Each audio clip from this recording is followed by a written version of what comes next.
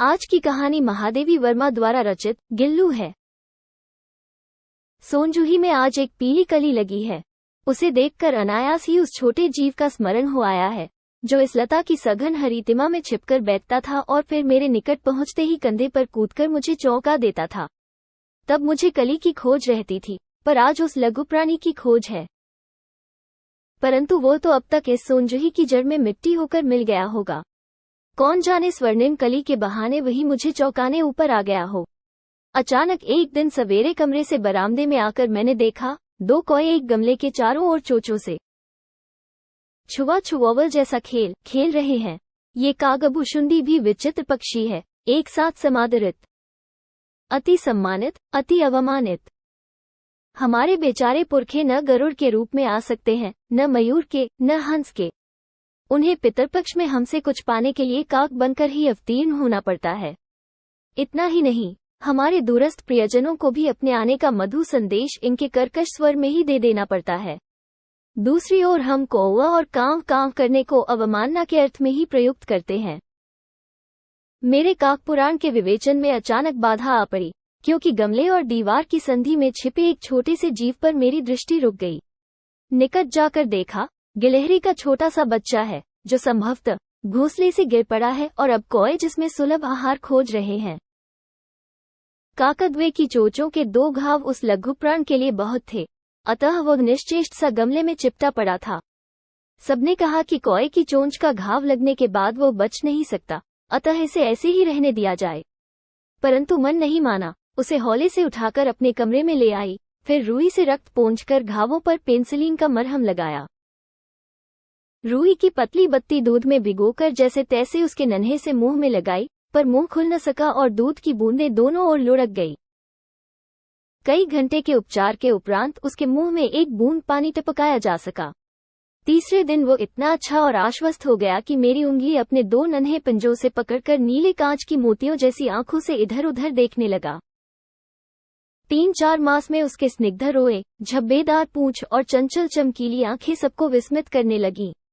हमने उसकी जातिवाचक संज्ञा को व्यक्तिवाचक का रूप दे दिया और इस प्रकार हम उसे गिल्लू कहकर बुलाने लगे।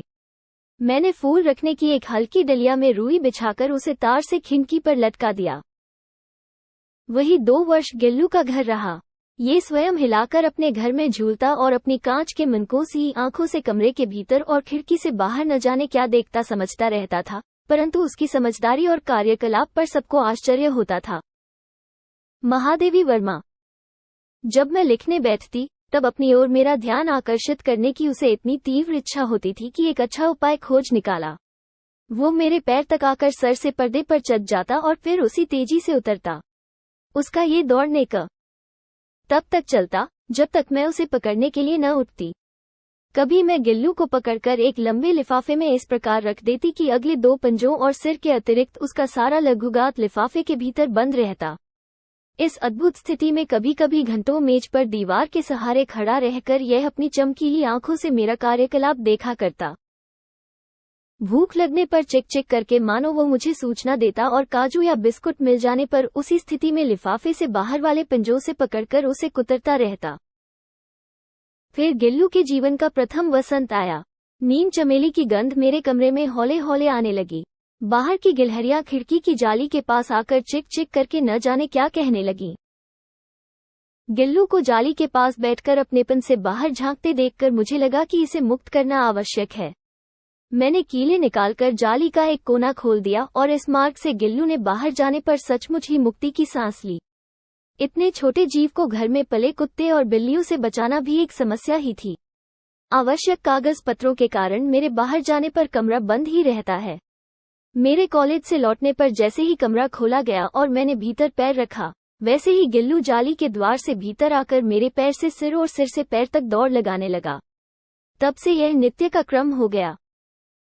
मेरे कमरे से बाहर जाने पर गिल्लू भी खिड़की की खुली जाली की राह बाहर चला जाता और दिन भर गिलहरियों के झुंड का नेता बना, हर डाल पर उछलता कूदता रहता और ठीक 4 बजे वो खिड़की से भीतर आकर अपने झूले में झूलने लगता। मुझे चौंकाने की इच्छा उसमें न जाने कब और कैसे उत्पन्न हो गई थी। कभी फूलदान के फूलों में छिप जाता, कभी पर्दे की चुन्नट में और कभी सोनजूही की पत्तियों में।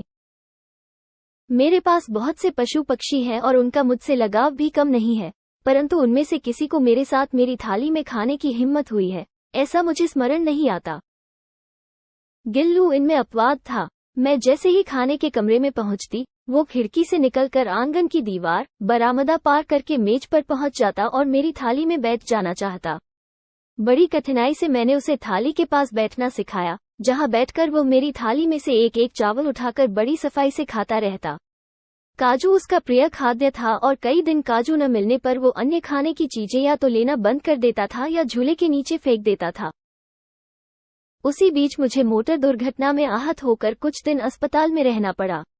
उन दिनों जब मेरे कमरे का दरवाजा खोला जाता, गिल्लू अपने झूले से उतरकर दौड़ता और फिर किसी दूसरे को देखकर उसी तेजी से अपने घोंसले में जा बैठता।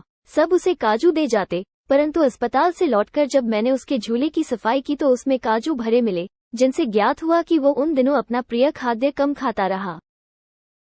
मेरी अस्वस्थता में वो तकिए पर सिरहाने बैठकर अपने नन्हे नन्हे पंजों से मेरे सिर और बालों को इतने हौले हौले सहलाता रहता कि उसका हटना एक परिचारिका के हटने के समान लगता। गर्मियों में जब मैं दोपहर में काम करती रहती तो गिल्लू न बाहर जाता, न अपने झूले में बैठता। उसने मेरे निकट रहने के साथ गर्मी से बचने का एक सर्वथा नया उपाय खोज निकाला था। वो मेरे पास रखी सुराही पर लेट जाता और इस प्रकार मेरे समीप भी रहता और ठंडक में भी रहता। गिलहरियों के जीवन की अवधि 2 वर्ष से अधिक नहीं होती, अतः गिल्लू की जीवन यात्रा का अंत आ ही गया। दिन भर उसने न कुछ खाया और न बाहर गया। रात में अंत की यातना में भी वो अपने झूले से उतरकर मेरे बिस्तर पर आया और ठंडे पंजों से मेरी वही उंगली पकड़कर हाथ से चिपक गया, जिसे उसने अपने बचपन की मरणासन स्थिति में पकड़ा था। पंजे इतने ठंडे हो रहे थे कि मैंने जागकर हीटर जलाया और उसे उष्णता देने का प्रयत्न किया, परंतु प्रभात की प्रथम किरण के स्पर्श के साथ ही वो किसी और जीवन में जागने के लिए सो गया।